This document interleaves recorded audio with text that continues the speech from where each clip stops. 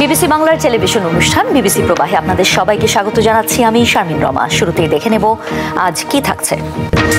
BBC প্রবাহে আজ দেখুন, বছর পেরিয়ে অন্তর্বর্তী সরকারের সফলতা ব্যর্থতার প্রসঙ্গ। বর্ষপূর্তির দ্বার প্রান্তে অন্তর্বর্তী সরকার, 1 বছরের সাফল্য ব্যর্থতায় কতটা আশা পূরণ করতে পারল এই সরকার। আমরা যে আশা আকাঙ্ক্ষা নিয়ে জীবন বাজি রেখে রক্তের উপর দিয়ে এই আন্দোলন চালিয়ে গেছি, আমার মনে হয় না সেই অনুপাতে এই সরকার খুব বেশি ভালো করতে পারছে। সরকারের 1 বছর নিয়ে কথা হবে সাবেক সচিব ও বিশ্লেষক আবু আলম মোহাম্মদ শহীদ খানের সঙ্গে। স্বাগত বিবিসি বাংলার টেলিভিশন অনুষ্ঠান বিবিসি প্রবাহে। আমি শারমিন রমা। আজ আরো থাকছে, শেখ হাসিনা সরকারের বিরুদ্ধে রাজনৈতিক দলগুলোর ঐক্যে এখন ফাটল দৃশ্যমান। কেন এই বিভক্তি?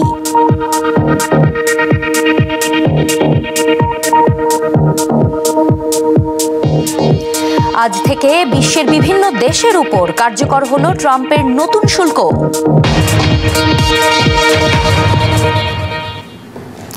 2024 সালে শেখ হাসিনা সরকার পতনের 3 দিন পর 8 আগস্ট নোবেল বিজয়ী অধ্যাপক মোহাম্মদ ইউনূসের নেতৃত্বে গঠিত হয় বাংলাদেশের অন্তর্বর্তীকালীন সরকার। তবে গত 1 বছরে বিশেষ করে আইন শৃঙ্খলার অবনতি, শিক্ষাঙ্গনে মব, সংস্কারের ধীর গতির মতো নানা ইস্যুতে সমালোচনার মুখে পড়েছে এই সরকার। যদিও অর্থনীতিতে সরকারের কিছু সাফল্য রয়েছে বলেও মনে করা হয়। বর্ষপূর্তির দ্বারপ্রান্তে থাকা অন্তর্বর্তী সরকারের সাফল্য ব্যর্থতা নিয়ে দেখে নেওয়া যাক আবুল কালাম আজাদের প্রতিবেদন। আমরা যে আশা আকাঙ্ক্ষা নিয়ে জীবন বাজি রেখে রক্তের উপর দিয়ে এই আন্দোলন চালিয়ে গেছি, আমার মনে হয় না সেই অনুপাতে এই সরকার খুব বেশি ভালো করতে পারছে। বাংলাদেশে গণ অভ্যুত্থানের বর্ষপূর্তির সবচেয়ে বড় আয়োজনটি অনুষ্ঠিত হয় ঢাকার মানিক মিয়া এভিনিউতে। দেশের বিভিন্ন স্থান থেকে নানা শ্রেণী পেশার মানুষ এতে অংশ নেন। এখানে আসা সাধারণ মানুষের কাছেই জিজ্ঞেস করেছিলাম অন্তর্বর্তীকালীন সরকারের 1 বছরের সাফল্য ও ব্যর্থতা নিয়ে। এখানে খুনাখুনি হচ্ছে, এটা সে ঠেকাতে পারছে না, এটা মূলত এটা আগে ঠেকাতে হবে। 1 বছর হয়ে গেল, তিনি কোনো দৃশ্যমান কোনো সংস্কার করতে পারেননি। এই সরকার একটু স্ট্রং হওয়া উচিত, যে ডিসিপ্লিনটা মেনটেন করা উচিত আরও। এই সরকার কিন্তু একা সফল হতে পারবে না, জনগণ থাকতে হবে এর সঙ্গে। গত 1 বছরে সরকারের সবচেয়ে বড় সাফল্যের প্রশ্নে ভঙ্গুর অবস্থা থেকে দেশের অর্থনীতিকে সামাল দেওয়ার বিষয়টিকেই সামনে রাখেন অনেকে। মূল্যস্ফীতিকে নিয়ন্ত্রণ করা, টাকার পতনকে আটকানো, সুদের হারকে একটা অবস্থায় রাখা, এই বাজেট ঘাটতিকে নিয়ন্ত্রণে রাখা ইত্যাদি কাজের ভিতরে সাফল্য এসেছে, এই ব্যাপারে কোনো সন্দেহ নাই। অর্থনীতিতে সফলতা দুর্বলতা কোথায় বলছিলেন ডক্টর দেবপ্রিয় ভট্টাচার্য। এই সাফল্যটা মূলত হলো মানে বাইরের খাতের, এক্সটার্নাল সেক্টরে, অর্থাৎ আপনার রেমিটেন্স বেড়েছে, আপনার সেই অর্থে এক্সপোর্ট চালু আছে, রপ্তানি চালু আছে, আমদানি কম হওয়ার ফলে আমার বৈদেশিক লেনদেনে একটা ভারসাম্য এসেছে এবং সরকার অনেক পুরনো বিদেশি ঋণ শোধ করেছে। কিন্তু ঠিক একই রকমভাবে আপনি যদি কর আহরণের কথা বলেন বা আরও কার্যকরভাবে সরকারের বিনিয়োগ, বার্ষিক উন্নয়ন কর্মসূচির কথা বলেন, তাহলে সেই ক্ষেত্রে অনেক বড় দুর্বলতা রয়ে গেছে। গণ অভ্যুত্থান পরবর্তী বিপর্যস্ত একটা অবস্থা থেকে দেশকে এগিয়ে নেয়া, শান্তি শৃঙ্খলা প্রতিষ্ঠার গুরুদায়িত্ব পড়েছিল অন্তর্বর্তীকালীন সরকারের উপর। মানুষের প্রত্যাশাও ছিল অনেক। রাজনৈতিক দলের সমর্থন, সহযোগিতা, মানে সবকিছু পাওয়ার পরেও আমি মনে করি যে বিভিন্ন বিষয়ে সঠিকভাবে সঠিক সময়ে এবং জনগণের মতো করে হ্যান্ডেল করতে ব্যর্থ হয়েছে। এখন আপনি যদি বলেন যে কি কি ঘটনায় ব্যর্থ হয়েছে, আইন শৃঙ্খলা বিষয়ে ব্যর্থ হয়েছে, আমি মনে করি যে আপনার বিভিন্ন পাশাপাশি মানুষের যে ভয়ের সংস্কৃতি, সেটা থেকে মানুষকে বের করতে ব্যর্থ হয়েছে। একইভাবে শেখ হাসিনার একটা ছায়া এই সরকারের মধ্যে আছে, এটা কর্তৃত্ববাদী আচরণ, সেটা থেকে মুক্ত হতে ব্যর্থ হয়েছে। 5ই আগস্টের পর শিক্ষাঙ্গনে মব সৃষ্টি করে 2000-এর মতো শিক্ষককে পদত্যাগে বাধ্য করার মতো ঘটনা ঘটেছে। শিক্ষা প্রতিষ্ঠান সহ বিভিন্ন জায়গায় মব নিয়ন্ত্রণে সরকারের পদক্ষেপ নেওয়ার ক্ষেত্রে ব্যর্থতা দেখেন জোবায়দা নাসরিন। তরুণ ছাত্র দ্বারাই নিয়ন্ত্রিত হয়, তাদের কর্তৃত্ব চলে, তাদের ক্ষমতা চলে, তাহলে তার শিক্ষা প্রতিষ্ঠান বলে কোথাও কিছু থাকবে না। পৃথিবীতে কোনো জায়গায় কিন্তু এরকম চলছে না। সুতরাং আমার কাছে মনে হয় যে এই যে একটা মব, সেটা যে ফর্মেই হোক না কেন, আমরা যেভাবে তাকে বৈধতা দিচ্ছি, রাষ্ট্র যেভাবে তাকে বৈধতা দিচ্ছে, সেটা কিন্তু আমি মনে করি এই 1 বছর অনেকটা আতঙ্কের জায়গা তৈরির ক্ষেত্রে বিশেষ ভূমিকা রাখছে। জুলাই হত্যার বিচার, রাষ্ট্রের সংস্কার ও নির্বাচন, এই তিনটি বড় দায়িত্ব ছিল অন্তর্বর্তীকালীন সরকারের সামনে। গত এক বছরে বিচার প্রক্রিয়া শুরু করা একটা সাফল্য হিসেবে বিবেচিত হচ্ছে অনেকের কাছেই। তবে এই বিচার প্রক্রিয়া নিয়েও প্রশ্ন উঠতে পারে বলছে ট্রান্সপারেন্সি ইন্টারন্যাশনাল বাংলাদেশ, টিআইবি। কতটুকু বিচার, কতটুকু প্রতিশোধ, এই প্রশ্নটা ওঠাটা খুবই যৌক্তিক যেভাবে চলছে। অন্যদিক থেকে আবার বিচার কেন্দ্রিক অনিয়ম, দুর্নীতি, মানে মামলা বাণিজ্য, গ্রেফতার বাণিজ্য, জামিন বাণিজ্য ইত্যাদি যে বিষয়গুলো মোটামুটি এক ধরনের স্বাভাবিকতায় রূপান্তর করা হয়েছে। এখানে সরকারের একটা অবস্থান আছে যে মামলাগুলো সরকার করে না, এটা ঠিক, কিন্তু এটাকে নিয়ন্ত্রণের জন্য এটা একটা প্রতিকারের তো উপায় তো সরকারকেই বের করতে হবে। এটা সেদিকে কোনো তেমন কিছু আমরা দেখি না।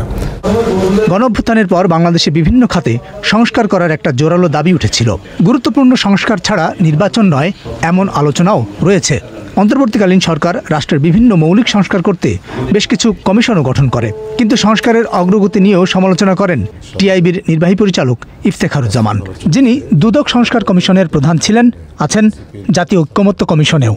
প্রথম দফা যে 6টি কমিশনের মধ্যে 5টি কমিশনের আশুকরণীয় প্রস্তাবগুলো, দুদক সংস্কার কমিশন সহ, সেগুলোর ভাগ্য কি হয়েছে এই প্রশ্নের জবাব কিন্তু সরকারের কাছ থেকে পাওয়া যায় না। যদিও সরকার বলছে আমরা পদক্ষেপ নিচ্ছি, কিন্তু বাস্তবে কোনো, আমার জানা মতে কোনো সুনির্দিষ্ট পদক্ষেপ এক্ষেত্রে হয়নি যেটা বলার মতো। কিছু কিছু যেটা হয়েছে পিক অ্যান্ড চুজ, যেমন প্রশাসনিক সংস্কারের ক্ষেত্রে প্রশাসনিক সংস্কার কমিশনের তো শতাধিক সুপারিশ ছিল, তার মধ্যে থেকে 1.5 ডজনের মতো সুপারিশকে তুলে নেওয়া হয়েছে, পিক আপ করে নেওয়া হয়েছে, যেখানে প্রাধান্যতা যদি দেখে একটা দৃষ্টান্ত হচ্ছে টয়লেট পরিষ্কার রাখতে হবে।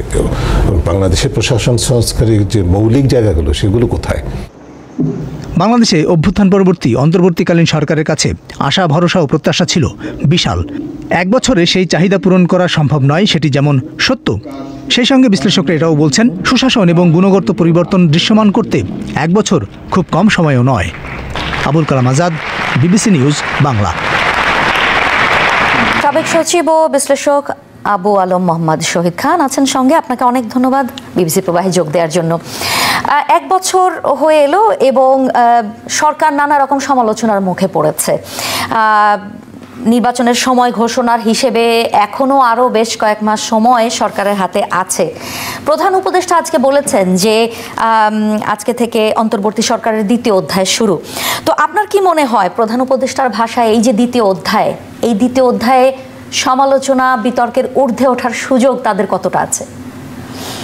না, আপনি যখন সরকার পরিচালনা করবেন তখন তো সমালোচনা থাকবেই, কেন 100% ভালোভাবে তো সরকার পরিচালনা কোনো দেশেই কেউ করতে পারেন না। সুতরাং সমালোচনার উপরে চলে যাবেন এরকম ভাবার কোনো কারণ নেই।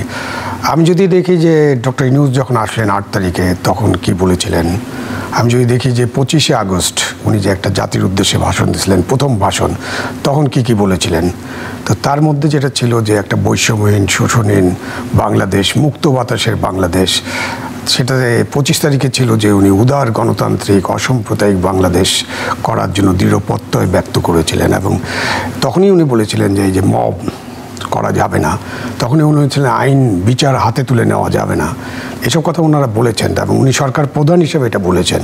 এবং তারপরে আমরা কি দেখলাম, আমাদের আলোচকরা কি বললেন, যে এই দেশটাতে এখন একটা মবক্রেসি চলছে। একেবারে 8ই আগস্ট 5ই আগস্ট থেকে শুরু হয়েছে যে মবক্রেসি, সেটা আমরা কোনোভাবে নিয়ন্ত্রণে আনতে পারছি না। তো আইন শৃঙ্খলার পরিস্থিতি উন্নয়নে সরকারের ব্যর্থতা একদম চোখে পড়ার মতো। অন্যদিকে আপনি অর্থনৈতিক, দেবপ্রিয়বাবু যেটা বললেন ঠিকই বলেছেন যে অভ্যন্তরীণ অর্থনীতিতে আমরা বিপর্যস্ত অবস্থায় আছি, রেমিটেন্স বেড়েছে।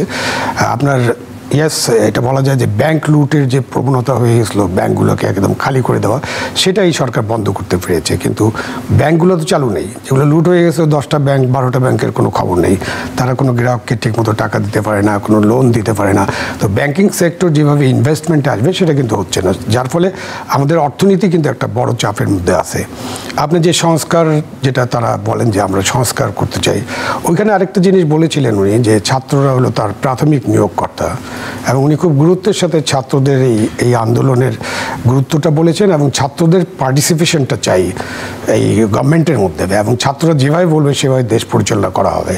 তো ওই সময় এইসব বলার কারণে ছাত্ররা যা যা করেছে বিভিন্ন শিক্ষা প্রতিষ্ঠানে, বিভিন্ন জায়গায় মব সৃষ্টিতে, এই ছাত্র সমন্বয়ক এবং এই বৈষম্যবিরোধী ছাত্র আন্দোলনের নামে বা তাদের প্ররোচনায় তাদের ছায়াতলে নানান ধরনের মব সৃষ্টি হয়েছে, বিভিন্ন আইন শৃঙ্খলা পরিস্থিতি উদ্ভব হয়েছে এবং সেখানে কঠোর অবস্থান নিতে পারেনি। মিস্টার খান, এখানে যদি সরকারের ইমেজের কথা বলি বা ভাবমূর্তি, একজন বিশ্লেষক বলছিলেন যে বিগত সরকারের মতো ছায়া বা কর্তৃত্ববাদী আচরণ, আবার একই সঙ্গে এই সরকারের সক্ষমতা নিয়েও নানা রকম প্রশ্ন তুলে কিন্তু শুরু থেকে এই সরকারকে বেশ দুর্বল মনে হয়েছে, এরকম আলোচনাও কিন্তু আছে।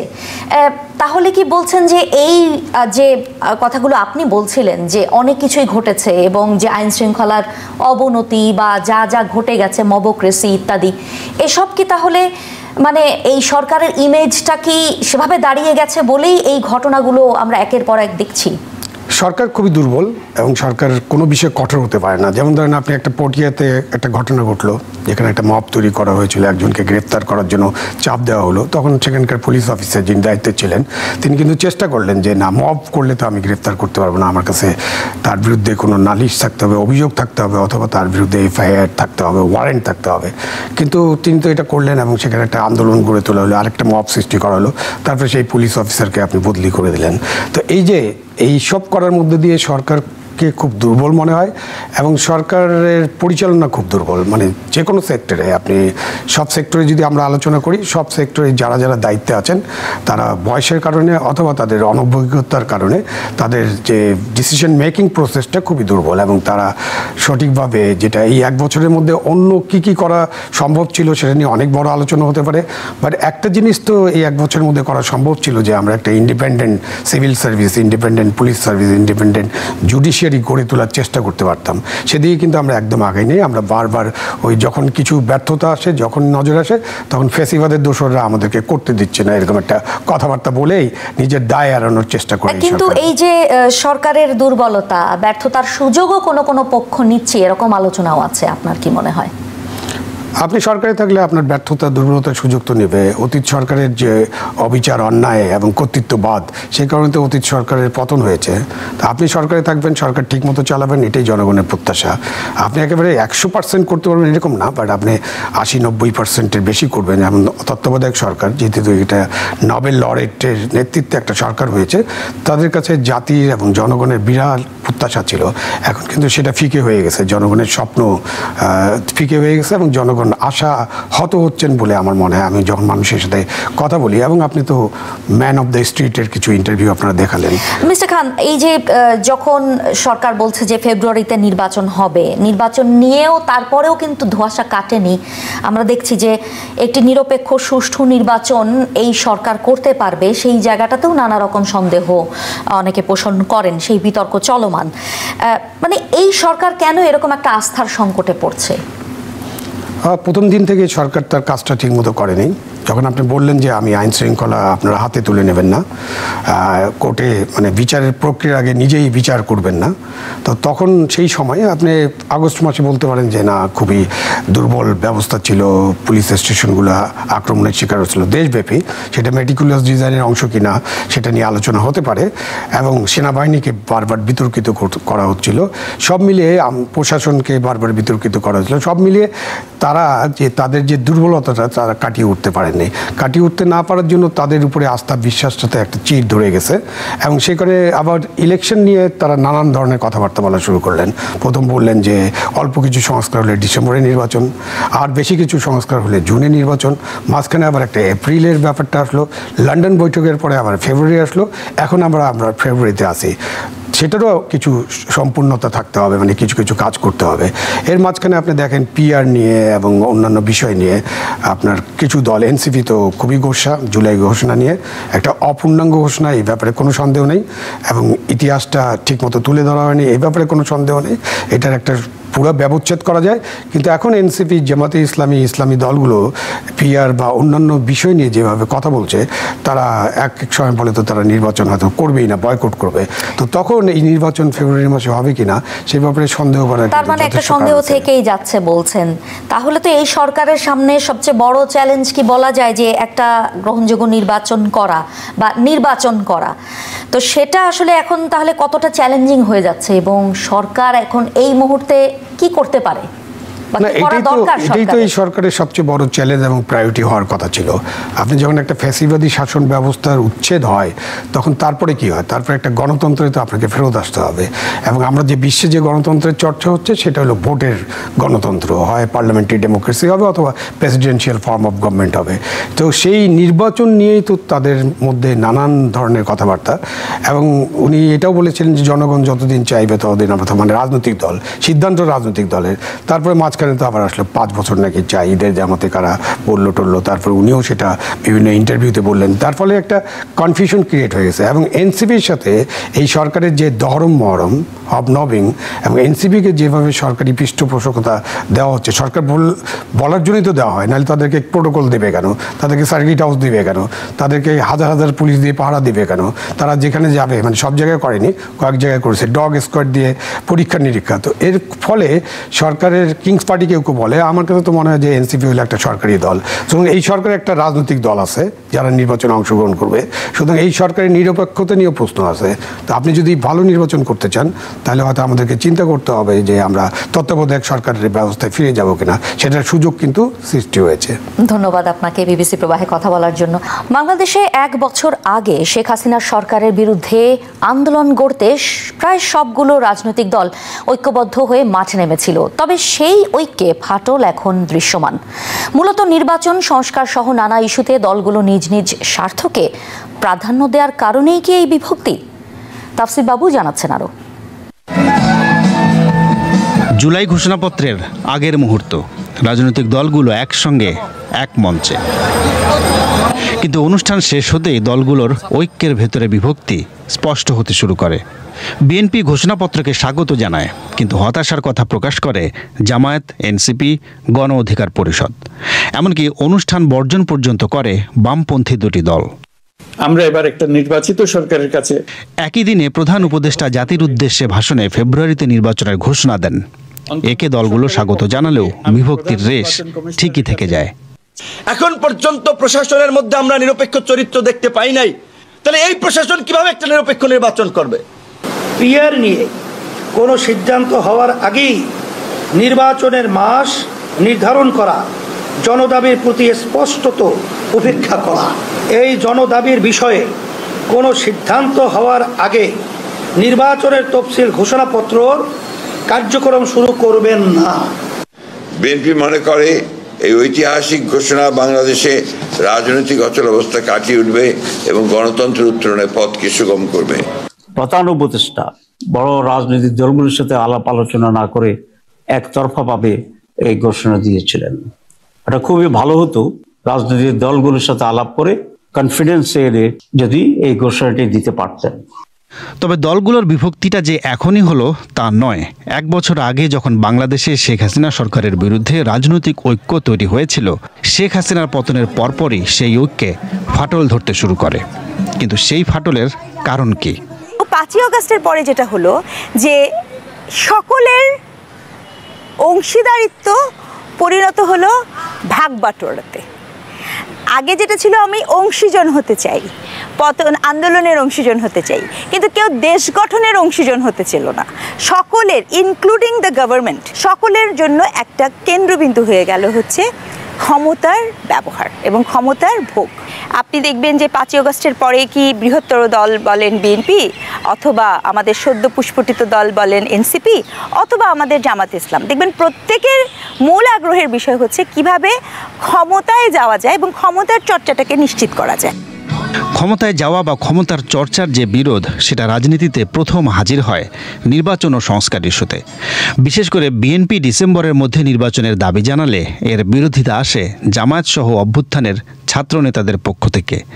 বিশেষ করে বিএনপি জামায়াত একে অপরের উদ্দেশ্য নিয়ে প্রশ্ন তুলতে থাকে, যেটা সময়ে সময়ে তিক্ততাতেও গড়িয়েছে। আপনি রাজনীতি করতে চাইবেন, আপনি জনগণের কাছে যাবেন না, ভোট চাইবেন না, নির্বাচিত হইতে চাইবেন না, তা আপনার রাজনীতিটা কি? তাহলে এটা তো একটা প্রশ্ন জাগে না। আমরা নির্বাচনের তারিখ নিয়ে ভিন্ন মত করেছি, এই কথাটার কোনো যুক্তি নেই, বরং আমরাই সরকার ঘোষিত টাইমলাইনের পক্ষে প্রথম মতামত দিয়েছি যে তার মধ্যে যদি ঠিক থাকেন। যে আপনি একটা ডেট দিয়ে বললেন যে আমি খুঁটি পুঁতে দিলাম, ওই খুঁটি নাড়াবো না, তা ক্রাইসিস তো ওখানে তৈরি হয়। তবে কথার লড়াই মাঠ পর্যন্ত চলে আসে আরও পরে, মূলত চাঁদাবাজি ইস্যুতে। ঢাকার মিটফোর্ডের হত্যাকাণ্ড সহ চাঁদাবাজির অভিযোগ নিয়ে এনসিপি যেমন বিএনপিকে উদ্দেশ্য করে মিছিল সমাবেশ করে, তেমনি জামায়াতও সরব হয় রাজপথে। আবার বিএনপিও পাল্টা কর্মসূচিতে রাজপথে নামলে উত্তেজনা ছড়ায়। বিশেষ করে অন্য দলের শীর্ষ নেতাদের ব্যক্তিগত আক্রমণ করে বক্তব্য সমালোচনা কুড়ায়। এনসিপির সমাবেশের স্থলে হামলার ঘটনাও ঘটে।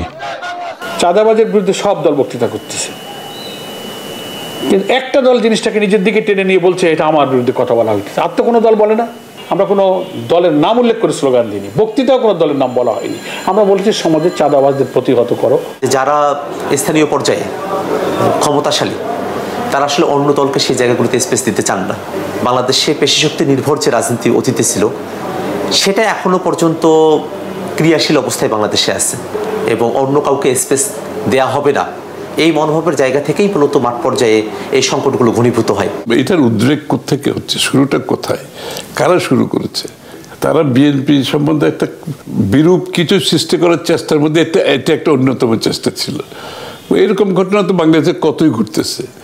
এইটা নিয়ে তো ওই পর্যায়ে গিয়ে একেবারে শীর্ষ নেতৃত্বকে অশ্লীল মন্তব্য করে এটা তো গ্রহণযোগ্য রাজনৈতিক কোনো শিষ্টাচারে পড়ে না এগুলো। তবে যেটা নিয়ে ঐক্যের আশাবাদ বেশি দেখা গিয়েছিল, শেষ সময়ে এসে সেই ঐক্যমত্য কমিশনের জুলাই সনদ নিয়েও এখন বিভক্তি তীব্র হয়েছে।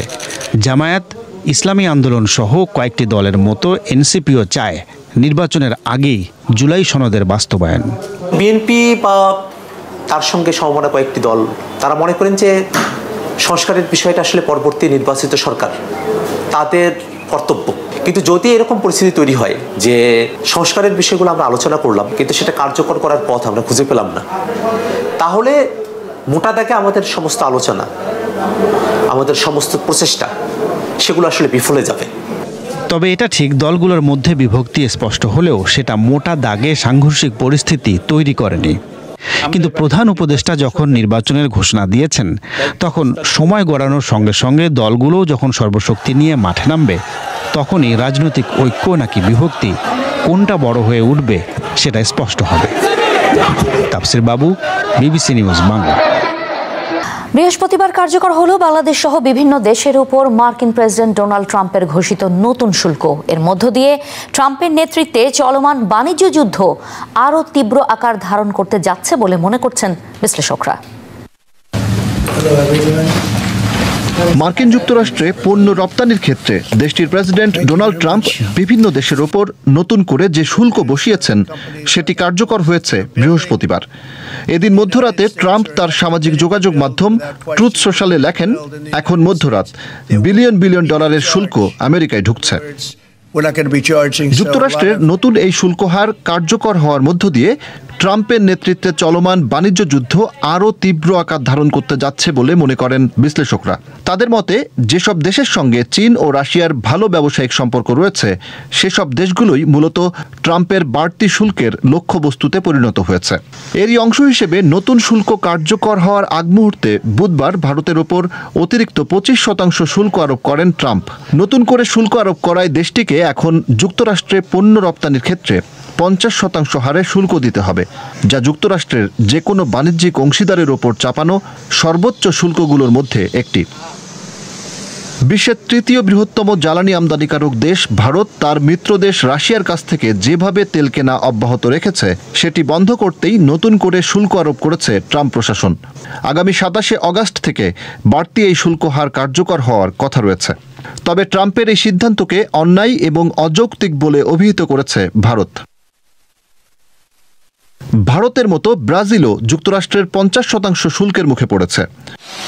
এদিকে দফায় দফায় আলোচনার পর বাংলাদেশি পণ্যের ওপর আরোপিত বাড়তি শুল্কের হার 35% থেকে কমিয়ে 20% করেছে যুক্তরাষ্ট্র। তবে আগে থেকে বাংলাদেশি পণ্যে গড়ে 16.5% শুল্ক থাকার কারণে দেশটিকে এখন যুক্তরাষ্ট্রে পণ্য রপ্তানির ক্ষেত্রে 36.5% হারে শুল্ক দিতে হবে। শুল্ক বেড়ে দ্বিগুণ হওয়ায় তৈরি পোশাক সহ অন্যান্য পণ্য রপ্তানির ক্ষেত্রে ক্ষতির আশঙ্কা করছেন বাংলাদেশের ব্যবসায়ীরা। মার্কিন প্রেসিডেন্ট ডোনাল্ড ট্রাম্পের ইটের বদলে এবার পাটকেলের প্রস্তুতি নিচ্ছেন ব্রাজিলের president Luiz Inacio Lula da Silva. কারণ গত সপ্তাহেই যুক্তরাষ্ট্র ব্রাজিল থেকে আমদানি হওয়া পণ্যের উপর 50% শুল্ক আরোপ করেছে। মূলত দক্ষিণ আমেরিকার দেশটির সাবেক প্রেসিডেন্ট জাইর বলসোনারোর বিরুদ্ধে চলমান তদন্তকে কেন্দ্র করে চটেছেন ট্রাম্প। এরপর থেকেই শুরু হয়েছে দুই দেশের মধ্যকার রাজনৈতিক উত্তেজনা। 6 অগস্ট রয়টার্সকে দেওয়া এক সাক্ষাৎকারে লুলা জানান, কৌশলগত খনিজ সম্পদগুলোকে জাতীয় সার্বভৌমত্বের বিষয় হিসেবে বিবেচনা করে একটি নতুন জাতীয় নীতিমালার পরিকল্পনা করছে ব্রাজিল, যার লক্ষ্য হচ্ছে দেশীয়ভাবে মূল্য সংযোজন না করে কাঁচা খনিজ রপ্তানির প্রবণতা বন্ধ করা। লুলা বলেন, গত শতাব্দী ধরে যা ঘটেছে তা আর চলতে দেব না। ব্রাজিল যেখানে কাঁচা খনিজ রপ্তানি করে সেখানে তাদেরকেই আবার পরে অনেক বেশি মূল্য সংযোজিত পণ্য কিনে আনতে হয়। আমরা চাই মূল্য সংযোজন ব্রাজিলেই হোক।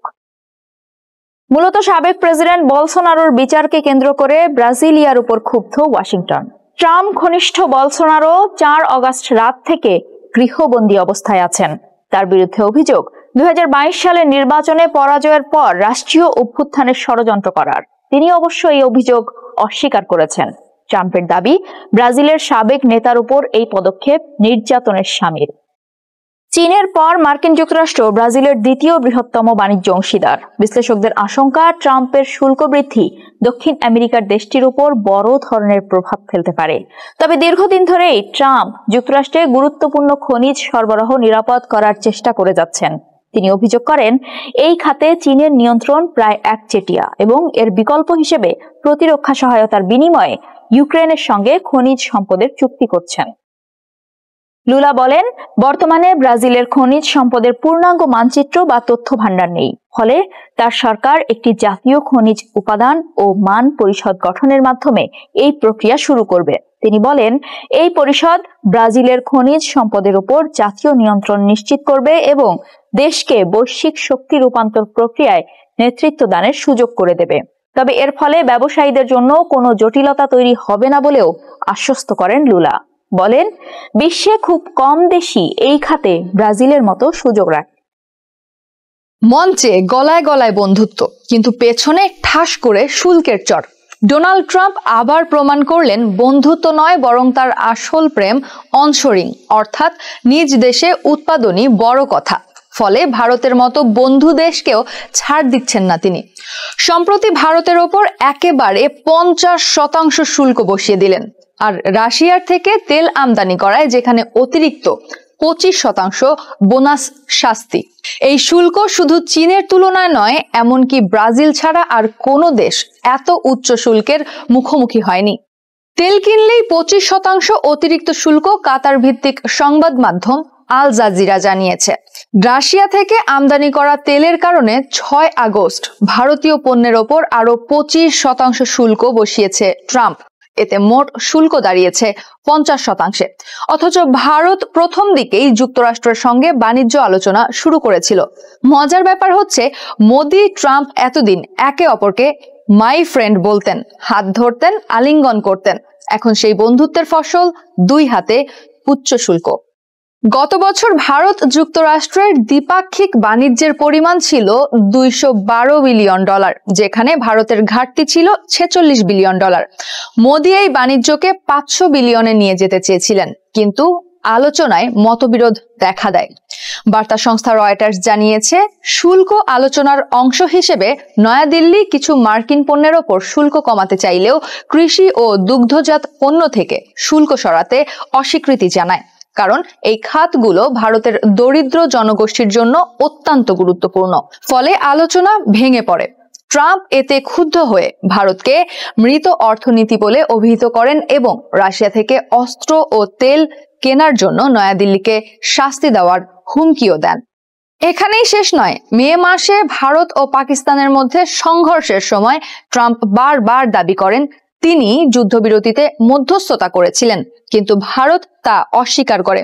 এই পরিস্থিতিতে ভারত কৌশলগতভাবে জটিল অবস্থায় পড়েছে। একদিকে রাশিয়া, অন্যদিকে যুক্তরাষ্ট্র। নিউ ইয়র্কের এশিয়া সোসাইটি পলিসি ইনস্টিটিউটের গবেষক ফারওয়া আমের বলেন, এটি ভারতের পররাষ্ট্রনীতির একটি বড় পরীক্ষা। প্রশ্ন হলো, ভারত কি রাশিয়ার সঙ্গে সম্পর্ক রেখে যুক্তরাষ্ট্রের সঙ্গে ঘনিষ্ঠতা বজায় রাখতে পারবে? 6 আগস্ট নয়াদিল্লি এই শুল্ককে অন্যায্য ও অযৌক্তিক বলে আখ্যায়িত করেছে। তবু তারা দুর্বল ভাবমূর্তি দিতে চায় না। ভারত সরকারের ভাষ্য অনুযায়ী রাশিয়ার কাছ থেকে তেল আমদানি তাদের 1.4 বিলিয়ন জনসংখ্যার দেশের জ্বালানি চাহিদা মেটাতে প্রয়োজন। ফারওয়া আমের বলেন, ভারতের বিশ্বে একটি নির্দিষ্ট অবস্থান রয়েছে, মোদিরও রয়েছে আন্তর্জাতিক মর্যাদা, তাই তারা জাতীয় স্বার্থকেই গুরুত্ব দেবে। জাতীয় নিরাপত্তাই তাদের পররাষ্ট্রনীতিকে চালিত করছে। বিশ্লেষকরা মনে করছেন ট্রাম্পের হঠাৎ এই কঠোর শুল্ক নীতির ওপর ভবিষ্যতে এর কিছু পরিবর্তন দেখা যেতে পারে। তার মতে মোদির মতো শক্তিশালী নেতারা যে কোনো পরিস্থিতিতে পরিবর্তন আনতে পারেন। এদিকে ভারত নিজেও বিকল্প পথ খুঁজছে।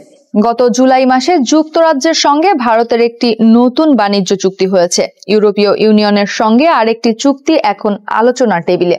পাশাপাশি ভারত চীনের সঙ্গে সম্পর্ক স্বাভাবিক করতে চাইছে, যেমনটা অস্ট্রেলিয়া, কানাডা, জাপানও ট্রাম্পের শুল্ক নীতির পর চেষ্টা করেছে। অ্যাপল ইতোমধ্যে ঘোষণা করেছে 2026 সাল থেকে তারা যুক্তরাষ্ট্রে বিক্রির জন্য নির্ধারিত সব আইফোন ভারতে তৈরি করবে। কিন্তু যদি শুল্ক হার এত বেশি থাকে তবে বৈশ্বিক বিনিয়োগকারীদের কাছে ভারত আকর্ষণ হারাতে পারে। অর্থনীতিবিদরা বলছেন, ভারতের পণ্যের ওপর 50% শুল্কের ট্যাগ থাকলে ব্যবসার অস্থিরতা আরো বাড়বে। ব্যবসায়ীরা এমনিতেই ট্রাম্পের নীতির কারণে দুশ্চিন্তায় রয়েছে। তাদের মতে ট্রাম্প বন্ধুত্ব নয় বরং অনশোরিং এ বেশি আগ্রহী, এটি এখন স্পষ্ট। কাশ্মীরে সাম্প্রতিক সন্ত্রাসী হামলার পর ভারত ও পাকিস্তানের মধ্যে আবার বেড়েছে উত্তেজনা। এই পরিস্থিতিতে পাকিস্তানের সামরিক বাহিনীর পক্ষ থেকে কড়া হুঁশিয়ারি দেওয়া হয়েছে ভারতকে।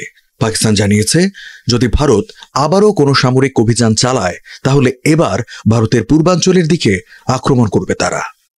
জম্মু কাশ্মীরের পেহেলগামে সন্ত্রাসী হামলার পর পাকিস্তানকে সরাসরি দায়ী করে ভারত।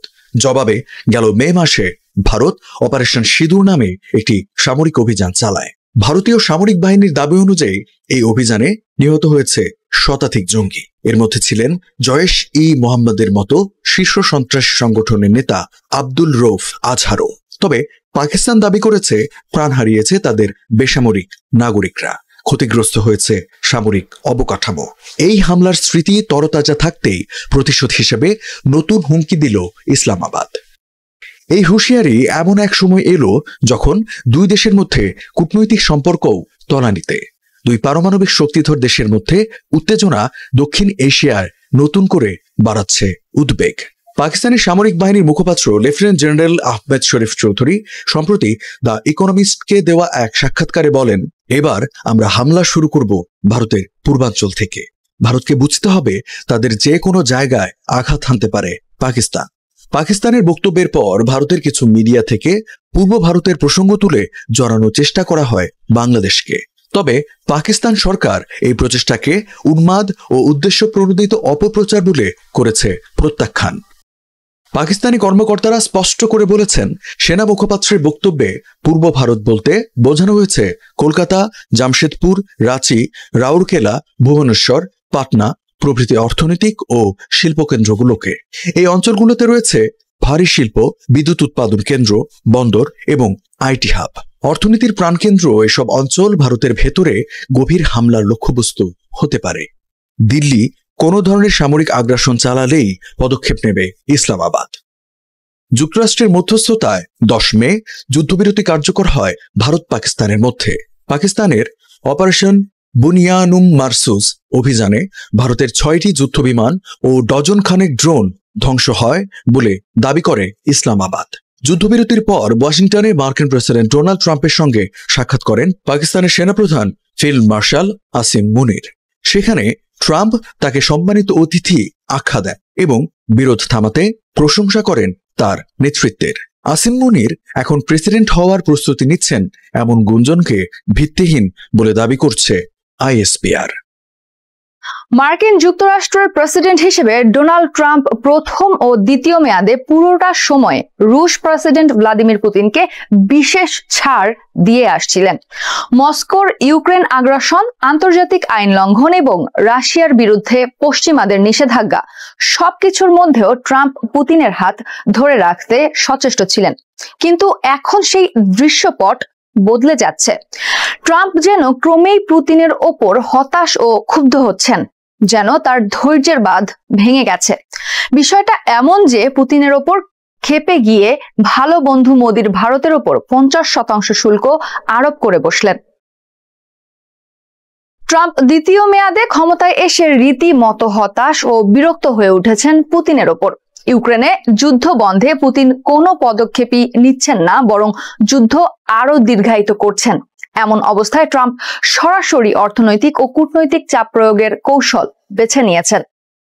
শুরুতে রাশিয়াকে 50 দিনের সময়সীমা দিয়েছিলেন ট্রাম্প। এই সময় যুদ্ধ বন্ধে চুক্তিতে পৌঁছাতে না পারলে কঠিন নিষেধাজ্ঞা দেওয়া হবে বলে হুমকিও দিয়েছিলেন। এর মধ্যে এমনকি ভারত ও চীনের মতো দেশগুলো যারা রাশিয়ার তেল কিনে যাচ্ছে তাদের বিরুদ্ধেও শাস্তিমূলক ব্যবস্থা নিয়েছেন। কিন্তু গত মাসে স্কটল্যান্ড সফরে গিয়ে ট্রাম্প সেই সময়সীমা হঠাৎ কমিয়ে মাত্র 10 দিনে নিয়ে আসেন। 8 আগস্টের আগেই 6 আগস্ট ট্রাম্পের ভারতের উপর সেকেন্ডারি ট্যারিফ আরোপ করেন। তার নির্বাহী আদেশ অনুযায়ী ভারতীয় পণ্যের ওপর যুক্তরাষ্ট্রে শুল্ক হার 50% করা হয়েছে। এর মধ্যে 25% ট্রাম্পের ব্যক্তিগত বাণিজ্য প্রক্রিয়াজনিত এবং বাকি 25% ভারতের রাশিয়ার তেলের ওপর নির্ভরতার কারণে। দ্বিতীয় অংশ কার্যকর হবে 21 দিনের মধ্যে। ট্রাম্পের এই কঠোর অবস্থান সত্ত্বেও তিনি কূটনৈতিক উদ্যোগও চালিয়ে যাচ্ছেন। তার বিশেষ দূত স্টিভ উইটকফকে তিনি মস্কোতে পাঠিয়েছেন। সেখানে উইটকফ 3 ঘন্টার বৈঠক করেন পুতিনের সঙ্গে। আলোচনার বিষয়বস্তু গোপন রাখা হলেও ট্রাম্প বলেছেন রাশিয়া ও ইউক্রেনকে দ্রুত এমন একটি চুক্তিতে পৌঁছাতে হবে যাতে মানুষ মারা যাওয়া বন্ধ হয়। অন্যদিকে পুতিন বলেছেন ওই বৈঠকে গঠনমূলক আলোচনা হয়েছে। ট্রাম্প ইউরোপীয় নেতাদের জানান তিনি পুতিনের সঙ্গে শিগগির সরাসরি দেখা করতে চান এবং পরে জেলেনস্কিকেও সেই আলোচনায় যুক্ত করতে চান, যদিও পুতিন ও জেলেনস্কি এখনো আনুষ্ঠানিকভাবে সম্মতি দেননি।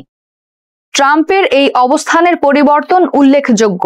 তিনি দ্বিতীয় মেয়াদে ইউক্রেনের প্রেসিডেন্ট জেলেনস্কিকে ওভাল অফিসে চিৎকার করে ধমক দিয়েছেন বলেও শোনা যায়।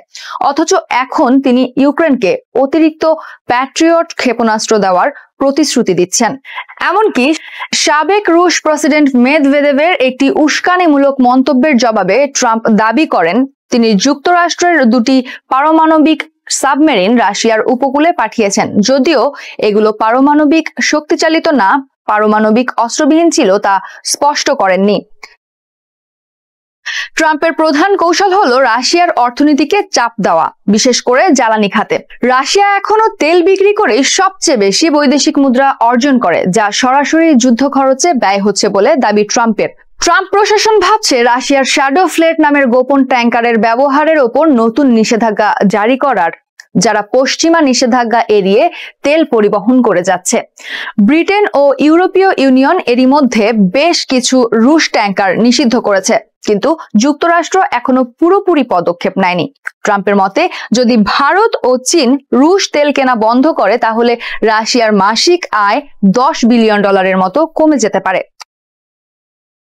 ভারত ট্রাম্পের এই সিদ্ধান্তের বিরোধিতা করেছে। ভারতীয় পররাষ্ট্র মন্ত্রণালয় বলেছে জাতীয় স্বার্থ ও অর্থনৈতিক প্রয়োজন অনুযায়ী তারা তেল কিনবে, সেটি রাশিয়া হোক বা অন্য কোনো দেশ। বিশ্লেষকরা বলছেন ট্রাম্পের শুল্ক আরোপের আইনি ভিত্তি দুর্বল। তিনি যে পুরনো আইনটি ব্যবহার করেছেন তা একটি জাতীয় জরুরি অবস্থার আইন, যা ভারত বা চীনের জ্বালানি আমদানি নিয়ে কিছু বলে না।